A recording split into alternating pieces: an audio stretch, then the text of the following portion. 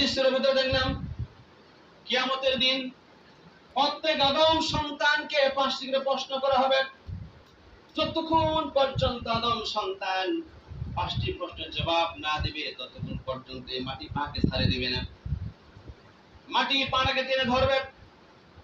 লোহার লোহার মধ্যে একটা একটা চুম্বক দিলে যেমন লোহা থেকে চুম্বক বিচ্ছিন্ন হয় না, কিয়ামতের দিন আদম সন্তান যতক্ষণ পর্যন্ত 5টি প্রশ্নের জবাব না দিবে ততক্ষণ পর্যন্ত এই মাটি পাকে ছেড়ে দেবে আর ওই চুম্বক টেনে ধরবে।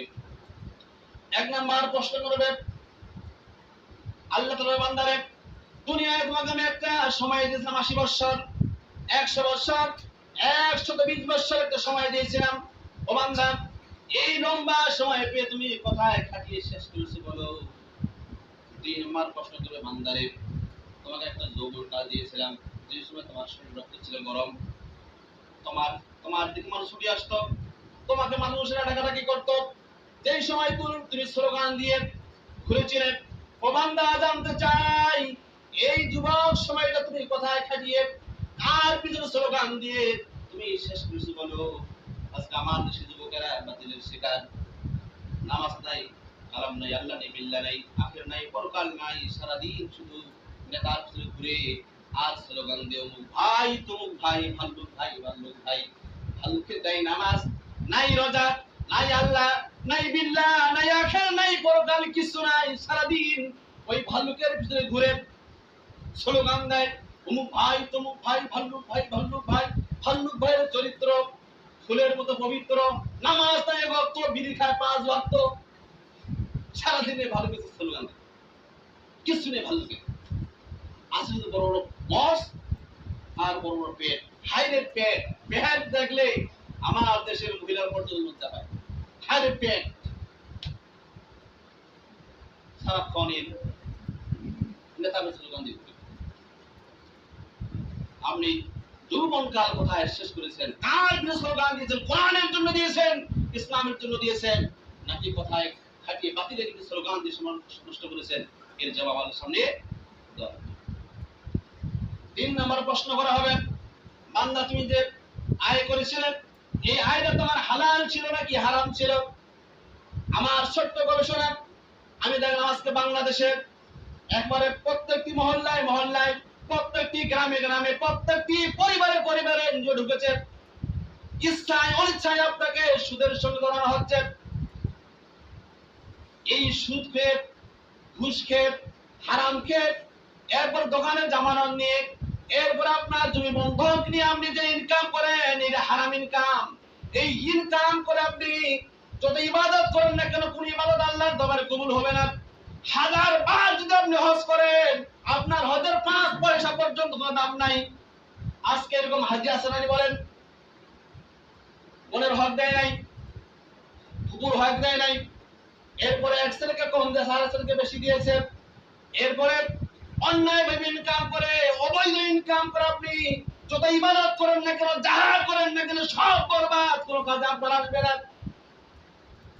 তাহলে আপনি যা ইনকাম করেন, এই ইনকামের ব্যাপারে কিয়ামতের দিন আপনাকে জবাব দেওয়া লাগবে। আল্লাহ তাআলার সামনে আপনাকে জবাব দিতে হবে। আল্লাহ তাআলা আপনাকে প্রশ্ন করবে। 4 নাম্বার প্রশ্ন করা, অনেক কথা এর সময় খুবই কম, সামনে দৌড়াচ্ছি। 4 নাম্বার আপনাকে প্রশ্ন করা হবে, বান্দারে তুমি যে ইনকাম করেছে, ইনকামটা তুমি কোন পথে ব্যয় করেছো বলো? কোরআনের জন্য ব্যয় করেছো, ইসলামের জন্য ব্যয় করেছো, নাকি কিভাবে ব্যয় করেছো বলো? আমি দেখেছি অনেক বড় লোক, অনেক ধনাঢ্য মানুষ, বিধবা মহিলা ছোট্ট ছোট্ট 2টা বাচ্চা নিয়ে এসেছে, হাত করেছে, ভাইয়া কিছু দান করেন, এই যে আমার 3 বাচ্চা, এদের খাওয়াবো পড়াবো, সবগুলো করবো বলেছে। বিয়াদব, এখান থেকে বের হ, দাঁড়িয়ে যা, ভাগ এখান থেকে, তুই বিয়ে বসতে পারিস না, মানুষের বাইরে কাজ করে খাইতে পারিস না, ভাগ এখান থেকে, দাঁড়িয়ে দিল।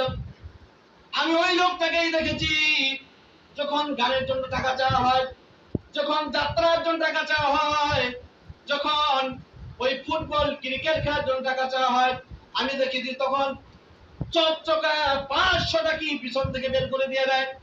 এরকম এরকম আহম্মক, এরকম নাদান মানুষ রাস্তায় বলেন।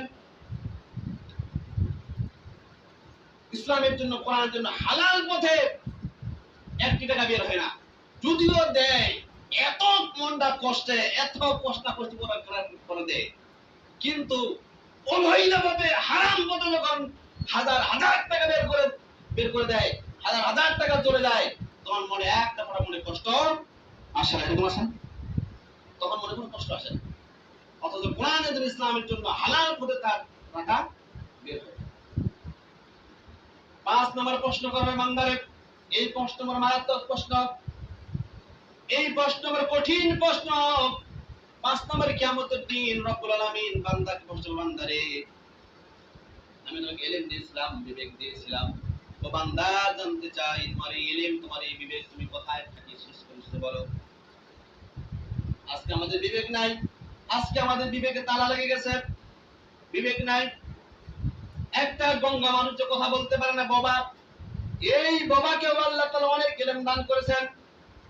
আপনি একটা যে বাবাকে মানে বাবারে ওই বা আঙুল লাগাবে, বাবা মুখ দিয়ে কথা বলতে পারবে না, কিন্তু হাতে কি ইশারা করবে না, এই কাজটা করা যাবে না। যদি বলে যে এই বাবা মানুষ এই কুত্তার পায়খানা খা, বাবা কি খাবে? সে মুখ দিয়ে কথা বলতে পারবে না, কিন্তু হাত দিয়ে সে বলবে যে এটা খাওয়া যায় না। তো একজন বাবা যে কোন স্কুলে পড়ে নাই, মাদ্রাসায় পড়ে নাই, কলেজে পড়ে নাই, ইউনিভার্সিটি পড়ে কোথাও পড়ে নাই, কোন ইলম তার নাই, একেও আল্লাহ তাআলা অনেক জ্ঞান দান করেছেন। আপনাকে আমাকে আল্লাহ তাআলা কত জ্ঞান ইলম দান করেছেন।